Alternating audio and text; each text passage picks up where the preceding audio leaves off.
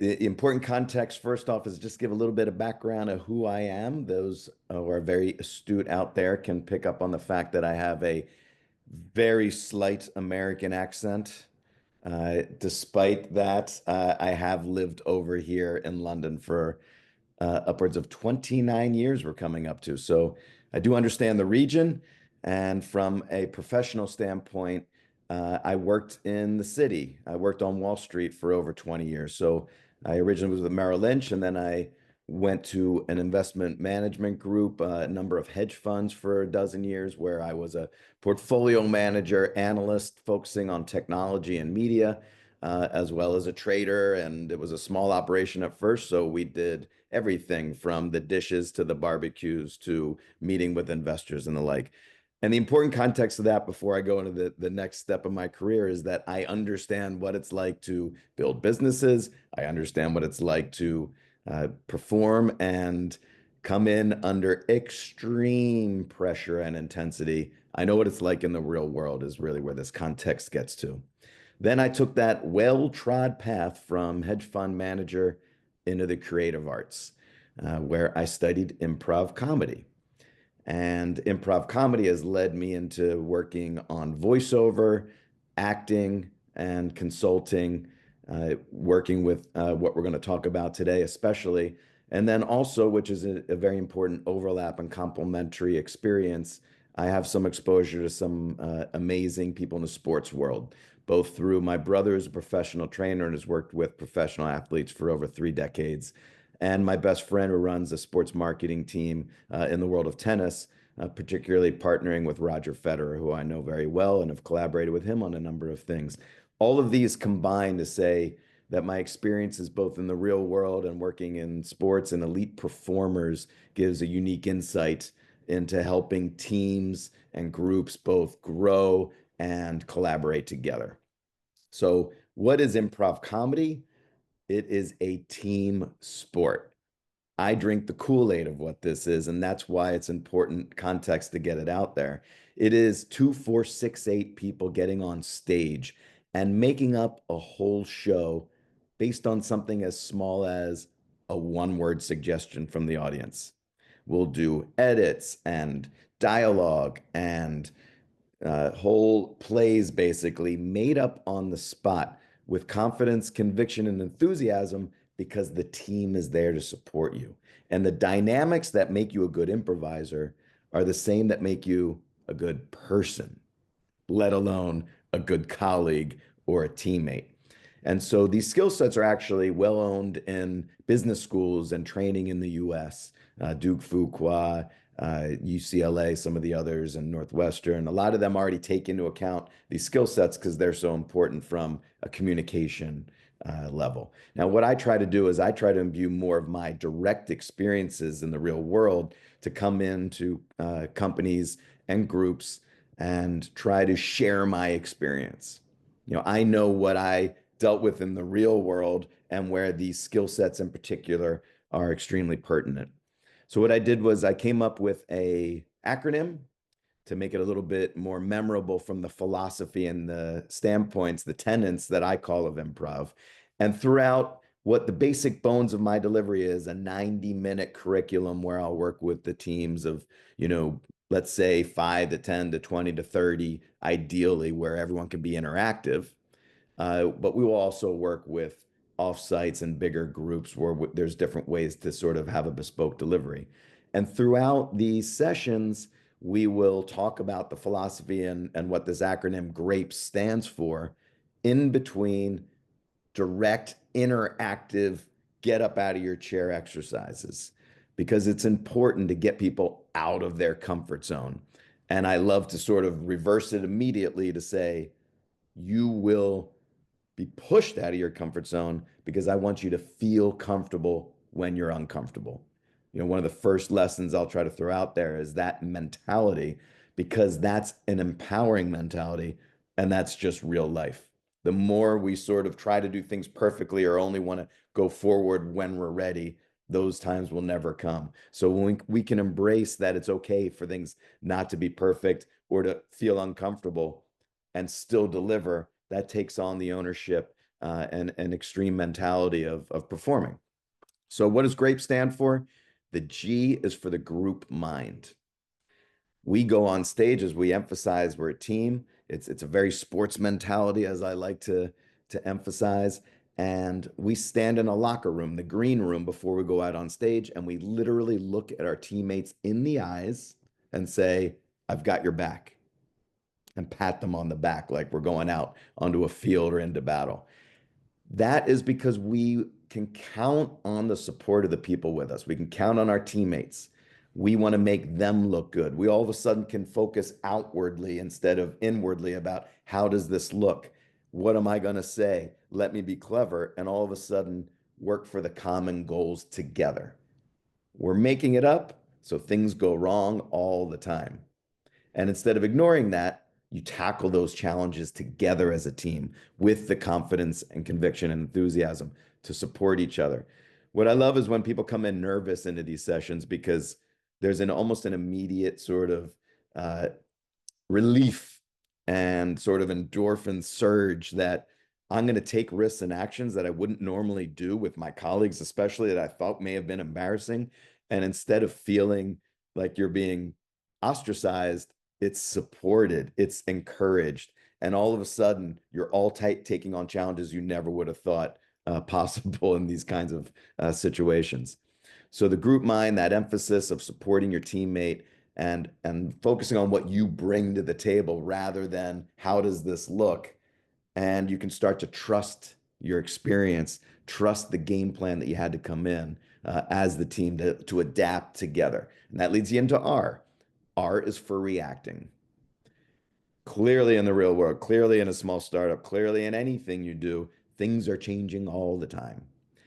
And attitude is something we can control. So we focus on the concept that attitude is everything and that we're going to react by being on the front foot.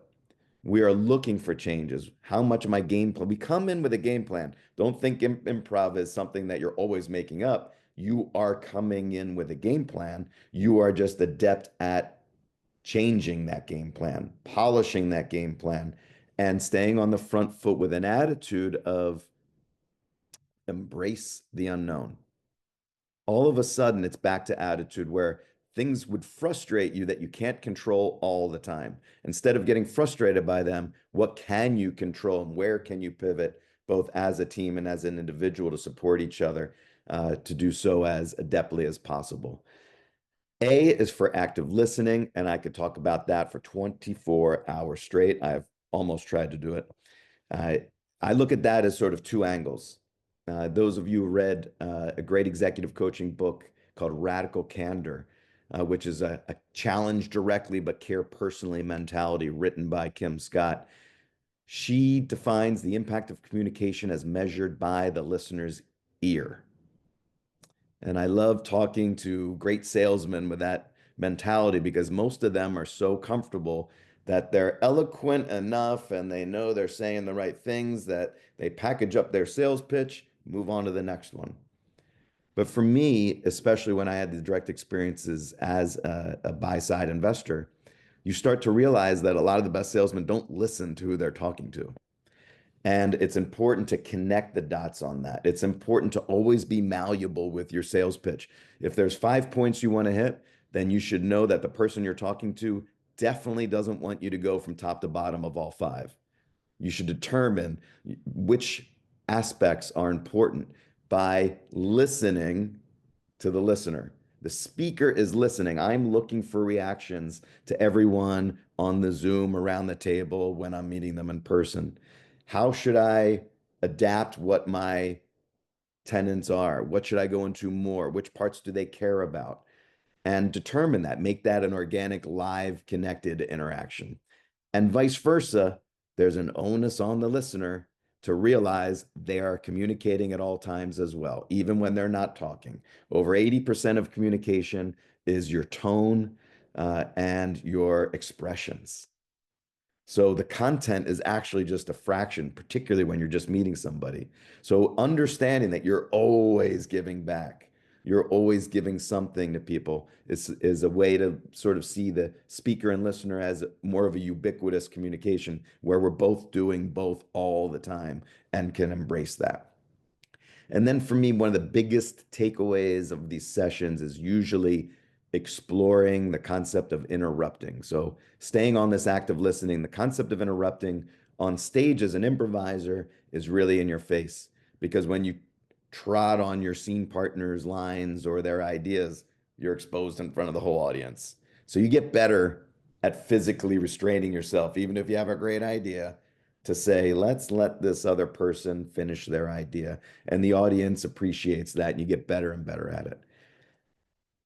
The most important thing in the real world for that context of interrupting is what's going on in our minds. Every single one of us is guilty in every single conversation of our whole lives of starting to think of our interjection, even if we're politely nodding to that person talking to us. Everything is interesting to us, and we want to either demonstrate our expertise, our passion. We were talking about Arsenal and Barcelona earlier, and boy, did I want to come in and interject with you know, my experiences that Bernard may not enjoy of reminiscing about Chelsea's exposure to Barcelona and Champions League a couple years ago. And wow, I could talk about that for another 24 hours. And I'm starting to rehearse my experiences as I'm listening to Ali and Bernard talk about the Champions League. And as soon as they give me an opening, I'm going to go in and talk about the Chelsea Barcelona experiences that I've had. And what happens during that? I missed everything that they said, or a lot of it.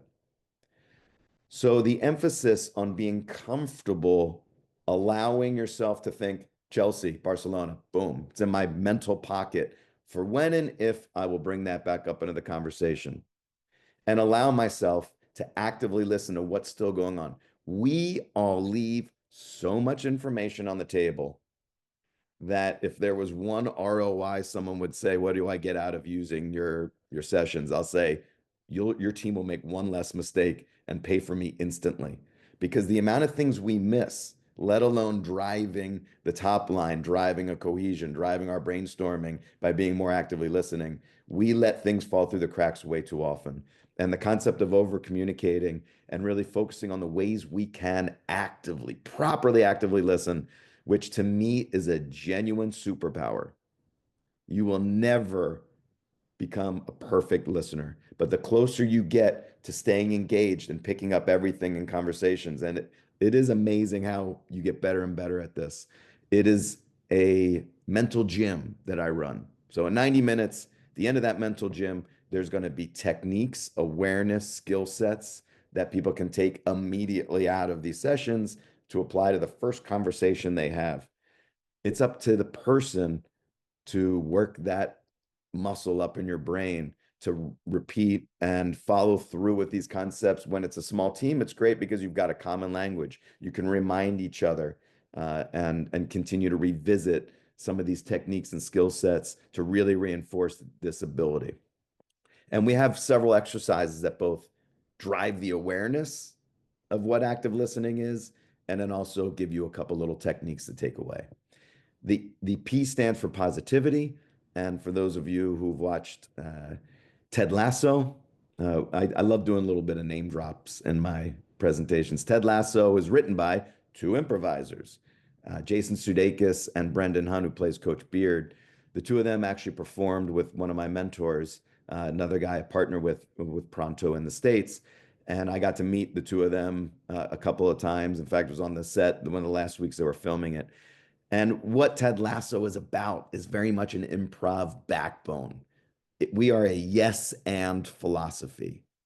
There's a positivity, a natural positivity about what improv is, which is yes and. I hear what is going on and I add to it. In the real world, yes and is more about acknowledging and adding, acknowledging and building, bringing people in together. The amount of times we say the word no to start off a response is overused because that is a no to the person who's generating the idea or the group to everything that came before it. Or the most polite way of saying no, but That's shutting the door on everything that came before, but. So the amount of times, I'm not saying not to ever use no. In fact, most of improv is about learning the rules so you can break them, but we use it too much. And the more we can say, yes, under these circumstances, yes, if this happened, all of a sudden the doors open and it's more of an acknowledgement and moving forward. For me, improv is in a Ted Lasso-esque mentality about defiant optimism. And I love the mentality of what defiant optimism is, because what Coach Lasso brings is this attitude of things are going wrong. Let's figure it out and work together to move forward. So it is both the context of tackling challenges by saying, how do we do that? How do we move forward? Dealing with setbacks with, all right, that happened. I can't control what happened, but I can control my reaction. And this positivity is genuine neuroplasticity. It's something that we can internalize and make become more self-fulfilling when developments occur. It's something that's contagious to ourselves and people around us. And it's something that people want to be around, want to be active with on a team. It's also actionable. It's not, I hope things work out. Of course you do. It's how do I actionably interact with what's going on? How do we tackle this challenge? How do we deal with a setback? And also, how do we harness this opportunity? So it's not all based on things going wrong. Things are going great. Let's make them better. I'm a good listener. Let me become better. I'm great at collaborating. I have a really strong team. You can always improve these things. E is for empathy. And I emphasize empathy both on a personal and professional basis, with empathy of feeling and empathy of perspective and thought. Have a better idea of what the other person, what your client, what your colleague, what the people around you are thinking and why. And then you'll have a better idea on, I can actually agree to disagree under the circumstances, but I know what will change the situation. And all of a sudden, you get less frustrated with different opinions and different concepts and different ideas. And then S for staying present, where I bring it right back to the sports analogies. I was privileged enough to work very closely with Roger Federer on his Dartmouth commencement speech that he delivered last year, which is another homework assignment along with watching Ted Lasso. And what Roger did was he connected what made him a great athlete and person to what can make a better thinker and a better worker, a better teammate, a better colleague. So he focused on the effort that went in behind that got him where he was, but the specific ability that makes him special, which makes the best athletes and performers and executives the best that they can be, is staying present. Playing the point they're playing. That is the most important point in the world right now, because that's the only one you can impact. That's where you're at. It goes back to the mentality of reacting properly, where process what's occurred before. What did I learn from the setback or the challenge that I just dealt with? Instead of getting frustrated by that, great. Now I know how to deal with that in the point I'm playing. Same with triumphs. The triumph that you had yesterday doesn't make this decision any better. It just informs it. So the best we can do to stay where we are and make sure that our presence is always passionately and enthusiastically where we're at in the room we're at with the people we're with at all times, that is contagious as well, particularly for small groups and leaders dealing with chaos. One quote I love to bring up is David Byrne, who's the lead singer of the Talking Heads, performed for 40, 50 years in most of the music venues in the world, was asked, what's your favorite place to perform? And he said, the room I'm in. All of a sudden, that accountability is there. That attitude is contagious. People around you feel that. And I get goosebumps literally every time I say that phrase. Because when you can bring that to the table and when you can impart that on your team and colleagues, it has an impact. So that's sort of where grapes comes from. As I sprinkle in the grapes in between exercises, people get out of their comfort zone. People laugh, which is great because laughter is the closest distance between people. Another great quote from Victor Borga. And for me, you can combine all these worlds together. We're going into dealing with difficult environments, intensity, and pressure. There's a reason that Navy SEALs emphasize humor. There's a reason they emphasize levity. The endorphins and the drugs that get spewed out by the brain when you laugh allow you to remain calm. And in the real business world, it drives connection and authenticity. There's a great book written by Stanford Business School professors called Humor Seriously. And that studies the ins and outs that levity brings to the office space. So I'm not making comedians. We're not pushing people into places where we're saying be funny. That funny occurs naturally. All people have to do is trust and commit when we go into these sessions, and it becomes a mental happy hour where the team goes through these experiences together and becomes closer, more authentic, more trusting, and more confident about going into battle with each other. There's a lot of other aspects that you can work on within the framework of what the team's desires and priorities are, from a brainstorming aspect to better listening to each other, to supporting each other, thinking out of the box. Improv is it's the freedom to sort of push away self-judgment and trust yourself to better uh, take risks, take action, brainstorm, and find sort of divergent thought processes before we narrow it down to things that we think will work, and not judge the individual or the person, but rather spin it and work on it together. So for me, the collaboration around what I sort of see both as an elite performer, athlete, thinker, all comes together with what improv mentality brings. And just getting a little taste of it, even in a 90-minute session, which obviously there's things you can follow up on, on a weekly, monthly, quarterly, annual basis, because these kinds of things, we perform for 100 hours before we even go on stage when we're studying this in a school setting. So it shows how much there is to do and how much there is to improve upon with it. And it's, as you could probably tell, since I've barely stopped talking from the beginning of this, that's where my passion is. And it's also where my conviction is. I know how much these skill sets for individuals can literally change people on the way out the door. And it's both a personal and professional endeavor for everyone. And it's exciting to share those things with people. So I will open it up for questions as well. That was awesome. Thank you very much, Daniel. Any questions for Daniel this morning? Dan. Firstly, amazing presentation. I thought it would be, obviously, and I thought that was absolutely fantastic. So thanks very much. Now, I'll add you on LinkedIn because I'd love to continue the conversation a bit further offline as well.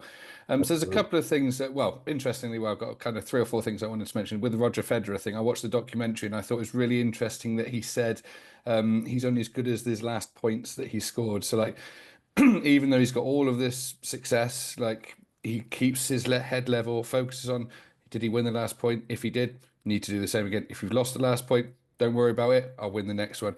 And that every match, every game was just focused on that. And I thought that was really, really good. But in regards to kind of what I do, so I do 2 things. So I run a customer experience consulting business. And we help businesses attract and retain customers, and a huge part of that is communication. And I do a lot of strategic, analytical stuff, but I also do training workshops with people as well. And I try to coach people and say the best way of communication is the words you use, the tone of voice, and your body language.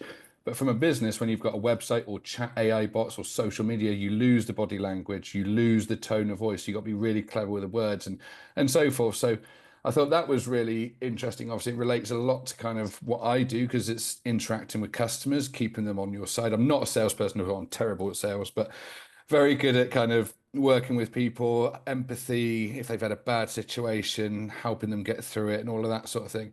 And then the second thing that I do is I'm a radio presenter as well.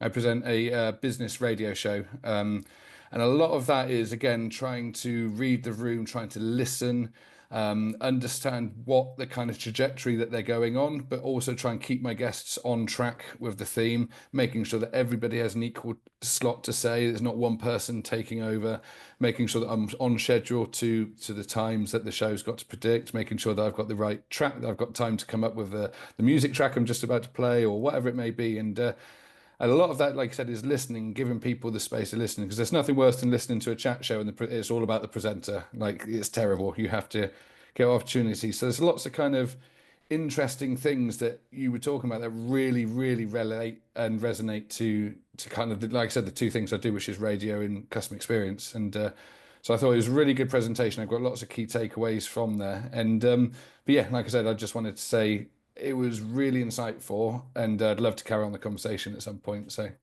Absolutely. I mean, just to follow on a couple of the points you made, when I listen to, more and more podcasts and the like out there, the thing that drives me crazy, regardless of how highly regarded or lowly regarded some of these personalities or their fan base is, the amount that don't even hear what the person said. They've got their 5 questions they want to go into and they just move on to the next one. yeah, And I'm gagging to think that was the most interesting thing in the world we just heard. Can we talk about that more? Or let's bag everything else. This whole thing should just be about what we just learned. It's sort of, you work hard about coming up with these questions. Just an example in the real world, when we would meet executives of the biggest tech companies in the world, and I'd sit around the table around these big brain hedge fund managers I was competing against. They'd have their 5 questions and they'd want to prove how smart they were, and they'd get those questions out there, and they'd have the horse blinders on to what everyone else was asking. And yet the clever people would say, oh my God, forget the 5 questions I came in with. Did you hear that answer that the CEO just had? Let's data mine that thing. It's letting go of the preparation. It's thinking that, will that matter because I worked hard on it? But none of that matters when you found something more important. And the ability to filter that, appreciate that, is immense. And when you're doing something like moderating a group, that's where the jewel. Yes, you want to put in your work with a questioning ahead of time, just in case you don't find those gems, or what you've done, it could be enough. But when something's uncovered and appreciated, I feel like that's usually very overlooked and underappreciated. And just an example to show, person wasn't even listening to the answer to their own question. exactly. Sometimes it's just so kind of tunnel vision. I have these questions, they're good questions, but Ollie's actually been on my radio show, actually. He was a guest back in February. And I probably asked about 30-40% of the questions I was going to ask because the organic conversation was so good. Yeah. I carried on that because it sounded more natural. And there were certain questions I wanted to come up with, which was simple questions like, what do you do to relax? Which never came up because it wasn't. Then I had like 10 backup questions just in case my guests were not very chatty, but yeah, they're always really good. So Right. I mean, some of it, there's a ton of different reasons. Some of it's driven by insecurity, like we want to look clever, we want to show what we've put into this effort, we want to show to other people what who we are. But there's a fear of other people's opinions that we're all sort of hostage to. There's a great book as well called The First Rule of Mastery: Stop Worrying About What People Think About You, written by one of my brother's mentors, Dr. Michael Gervais. And greatest quote in that is by David Foster Wallace, the essayist from the New Yorker, who also wrote something about Roger on the side. And it is, you will care way less about what other people think of you when you realize how seldom they do. A lot of and it's not saying people don't care, it's just we try to frame perfection in every story, anecdote, approach that we have. And it's just quite frankly a waste of time because it's our experience. Trust it. And if I don't get to most of my things, it takes a while on an improv stage. You're so happy that you came up with something clever and then the world passed it by and it's not relevant anymore. You're bummed you couldn't share it. But it happens so often that the more you get used to it, the more you're like, yeah, so 1 out of my 10 ideas is going to be used today, and that's okay. It comes back to the way any good ideas are generated. It comes back to Federer's mentality of he played 1,526 matches. He won almost 80% of them. But as a percentage of points, he won 54%. So I remember that stat from the documentary, actually. does he Yeah. walk off just like our Spanish friend Rafa and get frustrated that he lost 46%, that he had X? But how many times after sports or after other things do people ask them about the thing that went wrong instead of, hey, that was a win? Who cares that if I had 15 double faults today? Yeah, that's something I'll look to improve. That's something to address. How many goals did Barcelona let up when they won 4-3? They won 4-3. So let's say we have things to improve upon, but the win is the important thing. And it goes back to attitude is everything mentality. And that's why those guys are so good at what they do, and women as well. And it's the ability to focus on how to improve, but also what is the main goal. And the focus on winning the key 54% is what made them special. I think that's really key with custard. Last thing I'm going to say, then I'll let other people have a chance. I love to talk as well, as you can probably gather. So my friend always said that he would hate to be stuck in a lift with me. But yeah, like I said, That's the only reason.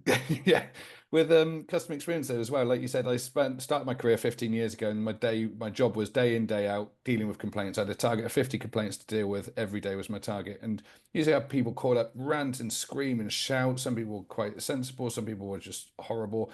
But you knew that when as soon as they started talking, the kind of person they were. So yes, just let them, like a child, just let them have their rant. Once they finished, then you come in with a solution, or you kind of knew the solution straight away, but you had to wait for the time because they wanted the chance to be heard. And so again, and then you had to give the solution at the right time. And again, that unfortunately is a word that we never ever used. I hate using that word because it's basically just like, right, it's like not my problem.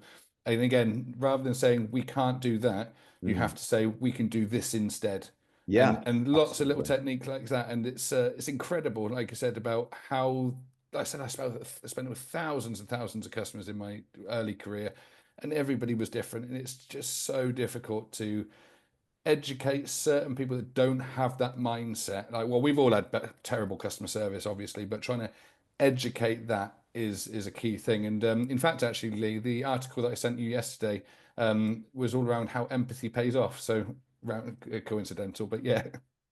No, that empathetic mindset, the ability to show the person they've been heard, let alone if you have a solution or not, is important.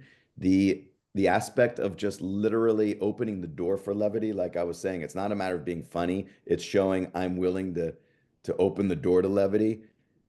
It helps reduce sort of the stress within chaos. It helps to address things in a sane way. And so the combination of empathy with levity is crucial to a customer experience. The feeling someone has when they hang up the phone is what they remember, not even the solution. And they'll go back to that person over and over again with trust. And that's what you're trying to drive with a customer experience is a relationship, a connection and trust, because that's often the only difference between so many services. I completely agree. Well, thank you very much for that. I appreciate it. And like you said, with the humour, my surname Pratt. I used to when a customer used to say, "Oh, hi, I'm Dan Pratt," and it's like Chris Pratt, but I'm the cooler one. And again, instant icebreaker. Used to get them on my side from the start. But anyway, cheers. I'll stop taking up too much space now. I appreciate your time. Thank you. Thanks. And like I Thanks. said, I'll connect with you and let's chat further. Thanks, Dan. Good. I think Bernard has a question, but Sure. before we come to Bernard, I'm going to ask a question of you, Daniel. Who do you think is the most talented improv comedian in your view? Well, the interesting thing about improv itself is that a lot of us know a lot of the best improvisers in the world who've eventually just utilized the skill sets of improv. So someone like Bill Murray and a lot of the cast of the original Saturday Night Live came from Second City, studying under particularly a guy named Del Close and a number of other people. A bunch of the Toronto Second City people were all the cast of, except for one or two of the original Saturday Night Live. That has carried through. So this is sort of a step back because it depends on the particular trait. But what makes a good improviser is really what makes in my mind, a good humorist, but also actor, because by actively listening, that's where this somebody on stage becomes a better scene partner, becomes empathetic, becomes connected. So when you see people like Will Ferrell, he's one of the big improvisers. Almost everyone in Anchorman is a big improviser. And probably about 3/4 of who Saturday Night Live is, even through the years, have all come out of the improv rather than stand-up worlds, because it's about interaction rather than just being clever on its own. Uh, Chris Farley is one of my favorites for those who are old enough to remember watching Tommy Boy or some of Chris Farley's. And my mentor slash business partner in the States reminds me of Chris Farley. And the important distinction for your question, Ollie, with that is what makes him good at it. Those two guys are commitment hounds. They are so enthusiastic and committed to helping their team, helping the cause, that if you go to an improv show and the technique or it's a little bit sloppy that day. Like they weren't as clever. If you have someone on stage like a Chris Farley or like my buddy Brian, you'll love the show because it's their attitude and commitment that becomes the overriding factor. The best improvisers, it may be as much as 75, 80% commitment, let alone what's coming out of their mouth. And that's where this energy starts to take over. And that's what Will Ferrell's another good example. It's his commitment that makes him so beautiful to watch. And that comes back to some of Dan's questions about communication and attitude. And like, obviously, you can't get this in words, but people like watching someone. You don't have to be as crazy and, the physicality doesn't have to be nutty, but the physicality and enthusiasm that every one of us possesses in our own way is animated.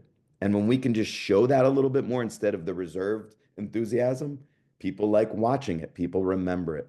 And so that's my long-winded statement, Ollie. Some of the That's best improvs perfect. I've seen actually aren't even famous, and they're just great on stage because they haven't been recognized in that niche. Some of the best teachers are just beautiful listeners and great at talking about it, but won't ever become a movie star because the other parts of their game aren't as strong. Thank you very much, Daniel. That's great. Now, Bernard, you've got a question. You've been very patient. Yeah, first of all, amazing, Daniel. I wish this is an hour session, not half an hour, because I need to jump. But so it was very great. I took a lot of notes, by the way. I have a question. When you were saying in the beginning that when you're in the improv with your colleagues team, right? It's like I had your back, you got mine. I am wondering because I've been in startup a lot of years, so I start seeing different profiles of people, and I start to think people have it or don't have it. So, in your opinion, in the improv, for example, is this something that you have it or you don't have it? So, how much? And I'm thinking in the business world, right? How Yeah. much should you invest in training someone to learn the improv skills versus you are a native, you just need to polish it. Yeah. Versus you are not this profile.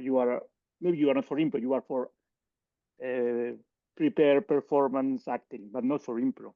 So is you have it, you don't have it, and then you can polish it, or is everyone had it? You just need to work more in some people. Does it make sense? The question? Yeah, right. Yes, absolutely. And I would say both the good and bad news is that everyone has it and everyone can do it and everyone can become better at it because what is improv? It's just interacting. When people see us after a show, some of my friends come up and say, "Oh, that was amazing. I could have never done that or I could have never thought that quickly," or either, those kinds of questions or statements. And I say, "Well, you could do it because all we're doing is the same thing we just did. We're just responding. All improv is responding to something you didn't know was coming and adding to it.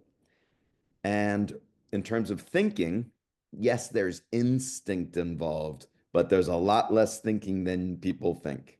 We don't have time to think. And that's what people want. People want to have a thoughtful response all the time. And what that thoughtful response turns into is no response. Because, okay, let me get back to you when I figure this out. Well, I needed the answer yesterday and you waited 2 days to get back to me. So, this concept of having a perfect response or the best response starts to become give the best one under the circumstances. And all an improv show is a continuing demand of that. So, we're talking, we're responding, we're adding, we're talking, responding, we're adding. It's sometimes perfect and a lot of times not. And it's trusting it and being authentic to just literally have a conversation. Now, being a little bit more practical about what your question is, Bernard, what I love about improv is that it is a democratization of communication. So if the 8 people on your team are going to be in my improv circle, and you're thinking, oh my God, Julio will not stop talking once he gets into this, and he's going to want to be the type A personality, make everyone laugh, and be the class clown, it kind of gets squashed because he only has the microphone or the communication one out of the 8 people, and it always moves around. It always establishes space for everyone to communicate. So these type B personalities, these quieter engineers or the people in the back office that you never even heard their voice, all of a sudden we're giving them the space and the deference to express themselves in ways no one has done before. And very often, not only are they themselves surprised at it, but the whole team is, that this personality has been sort of cooped up as long as it was, not because the personality wasn't there, but because these other personalities kind of suffocated them. And the ability to just sort of, everyone can improve on, everyone can become better at these skill sets. And I would say some people are clearly going to be better than others, in that sense. And not everyone's going to rise to the exact level, but they can all improve themselves. And that kind of comes back to knowing who you are and knowing what you can improve on and doing that. Amazingly enough, and this is actually shocking in the real improv world of theater and classes, I'd actually say there may be more than half the people that take these classes just to explore that part of them that they were shy, afraid, that's going to help them come out of their bubble kind of mentality. It's more productive than stand-up in that sense, because stand-up is just giving you the bravery and courage to get up on stage and take a lot of risk. But that's all you. As an improviser, you're doing it because you've got the support of a team to go out and encourage you and support you to take this risk. And then you can port those experiences out to the real world. Sometimes I've been blown away at somebody I literally just saw perform, and they were doing cartwheels mentally, and they were so dynamic. And then I see them in the bar after the show, and I said, "Oh my God, you were amazing. That was great. It was nice to meet you, whatever." And they'd be like, "Thanks." Yeah, and it's like, oh my God, where was that person I just saw in the? And so there is, like, they can start to build that confidence, come out of their shell, start to realize where that is. It doesn't necessarily always change a type A, type B to a type A. But the long-winded answer of what you're saying is everyone can improve upon, everyone can embrace what these concepts are, to both improve, listen, have space, trust themselves. And then also these other stronger personalities have a more of an appreciation of being better listeners, allowing other people to talk, sort of realize that some of their domineering is perhaps even insecurity and wanting to sort of dominate situations. And it allows the next time teams brainstorm and speak together to have more of that attitude of give everyone that chance to speak, and make sure we're not dominating those thought processes. So I am a big proponent of how much improv can bring to any level of both personality and comfort, because none of it is pushing someone in a negative way. It's encouraging people to think, to respond, which we all do. I mean, literally, when after a show and I'll have a 2-minute conversation with someone, I'll say, we just improvised. We just improvised that conversation. You are an improviser. That's all improv is. I haven't packed my thought on this, but what comes to my mind is this democratization, as you said, no, of communication. Is it going against the best team performance? So if everyone is same, we are not complementing each other. We are basically averaging we are being, I don't want to use the word mediocre, but if everyone is like this, we don't have a specialization, if you want to call it like that, that is going to give a team maximum performance. Yeah. So I get the point. I mean, I think I understand what you mean. Like everyone can do it, but yeah. But if I need to invest in person A all this amount of time, or to do something that is not organic to them, versus you are very good at this is organic to you, just develop that skill, but you're not going to be public speaker, for example, right?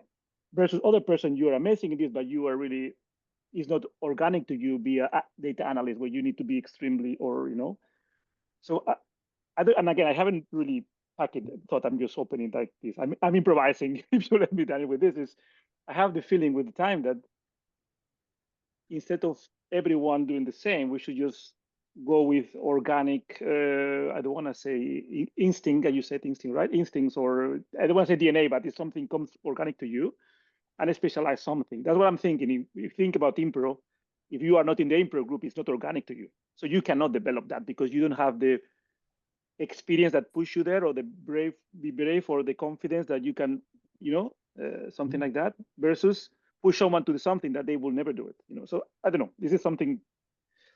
What I think these sessions or taking classes or the repetition of these concepts it's still polishing at the edges. No one's going to walk out of these 90 minutes and all of a sudden be the opposite of what they were, or we're not going to make your team democratize permanently when they walk out of it. A lot of times I'll be brought in, or the facilitator will say, we're bringing you in because the leader doesn't listen to anyone else, but they think they do. So in some cases, the lesson is for one person, but we have the other 15 people there. And then all of a sudden, everyone's a little more, and it's not going to change the team. It's not going to change the leader overnight. And it's not, and it shouldn't change the dynamics. There is still going to be a leader, just like there is in sports, just like there is in different things. But the dynamics are more productive. So we opened the line of communication to that one person you thought never would have talked before. You encourage them a little bit better. You say yes under this circumstance. You say, hey, Dan, what was your idea on this? Oh, yeah, okay, fine. Whatever it is, it just starts to become more productive. It's not going to change the dynamics. It just makes it more fluid. People can recognize that their positioning within the team still is where it was, but now all of a sudden they can more productively share ideas, more efficiently share ideas. And a lot of times, like I said, I think the biggest challenge is the leader thinks they're encouraging idea flow when they're often saying, hey, everyone give me their idea, then we're going to do what I think. There's ways to even do that in a productive way without saying it that way. And the more you do these kinds of skill sets and are aware of it, the more you can candidly have these conversations. So the hierarchy, the chain of command is actually something I'm very aware of, where improv is very helpful and accountability is very helpful for how you can manage your boss, how you can manage your reports with an improv mindset of making the team and the ideas and the common goals very aware and transparent. And I think those communication sort of input and output becomes more comfortable, especially with difficult things to talk about. So I agree with you that you're not going to, the democratization is there for the session. As soon as we step out, we're going to go back to, as a great quote from Crimson Tide, one of my favorite Gene Hackman quotes to Denzel Washington is, we're not here to practice democracy, we're here to preserve it. And there's always going to be an element of that in every company and team as well, where, okay, you know what? I loved hearing Lee and Ollie and Dan and Bernard's ideas. Here's what I liked about them all, and here's why we're going with what I thought originally, but with aspects of that. All of a sudden, I'm incorporating you guys, but I'm still the dictator. And people appreciate that much more than, okay, we're doing my idea, or I didn't even listen to it. So the commonality of what you're saying kind of, I think, just sort of absorbs in there, but then the respect is there with learning and appreciating that there's aspects that we can all become aware of, improve on, continue to get better at. And particularly from a top-down standpoint, I think that's a real challenge for leaders of smaller, faster growing companies, is to incorporate best practice ideas. I mean, the people who are working with them are on the front lines dealing with things that they don't have the time to see, especially as you're growing rapidly. So encouraging them to share the idea flow, to impart some of the decision making to them, and then fixing that as you go is so much more powerful than thinking you have all the answers as the leader.